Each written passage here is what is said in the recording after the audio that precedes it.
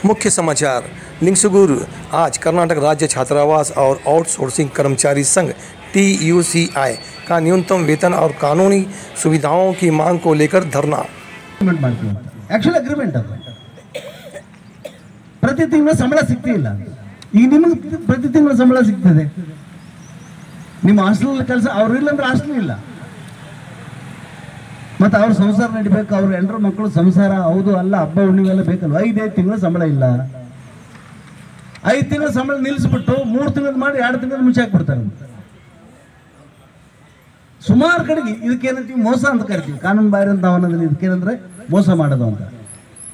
ಪಿಕ್ packet ಮಾಡೋನಿಗೆ ಮರೆದಿರ್ತದೆ, contract 5-6 ತಿಂಗಳು ನಿಲ್ಲಿಸ್ತಾನೆ ಅವನು, ಒತ್ತಡ ಮಾಡಿ ಯಾವುದೋ ಹೋರಾಟ ಗಿರಾಟ ಅಂದಮೇಲೆ ಏನು ಮಾಡ್ತಾನೆ ಅಂದರೆ ಅವಾಗ ಒಂದು 2 ತಿಂಗಳು ಸಂಬಳ ಹಾಕ್ಬಿಟ್ಟು ಒಂದು 2 ತಿಂಗಳು ಸಂಬಳ ಕದ್ಬಿಡ್ತಾನೆ। 1,000 ಜನ ಹಾಸ್ಟೆಲ್ ಕೆಲಸಗಾರರಿಗೆ 1,000 ರೂಪಾಯಿ ಅವ್ನು ಕಟ್ ಮಾಡಿ 10 ಲಕ್ಷ ರೂಪಾಯಿ ಆಗುತ್ತೆ ಅವನಿಗೆ।